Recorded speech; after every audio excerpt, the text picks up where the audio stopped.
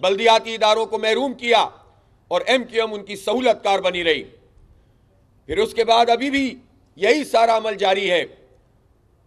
और फिर उसके बाद जब इस्टेब्लिशमेंट के कुछ लोगों को, जो पूरी इस्टेब्लिशमेंट को बदनाम करने का सबब बन रहे हैं, जो पूरी पाक फौज का जो इंस्टांस है कि हम एपॉलिटिकल रहेंगे, उसको सबूताज कर रहे हैं और अपनी मर्जी की जोड़ तोड़ कर रहे हैं, उनकी आशीर्वाद के साथ ये जो इकट्ठ हुआ है, उसमें आप इनकी लैंग्वेज तो सुने।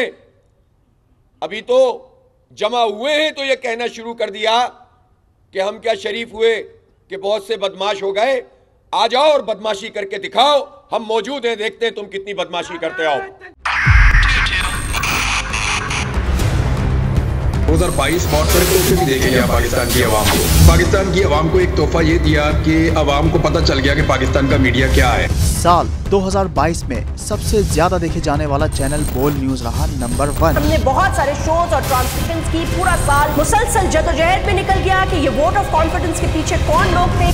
तोड़े रेटिंग के सभी रिकॉर्ड। सोशल मीडिया पर भी सबसे ज्यादा तेजी से 2.4 बिलियन व्यूज का संगे मील अबूर किया। एंकर्स को भी आवाम में सबसे ज्यादा मकबूलियत मिली और सोशल मीडिया पर भी बोल रहा सब पर भारी। सब्सक्राइब करें और बेल दबाएं ताकि कोई खबर रह न जाए।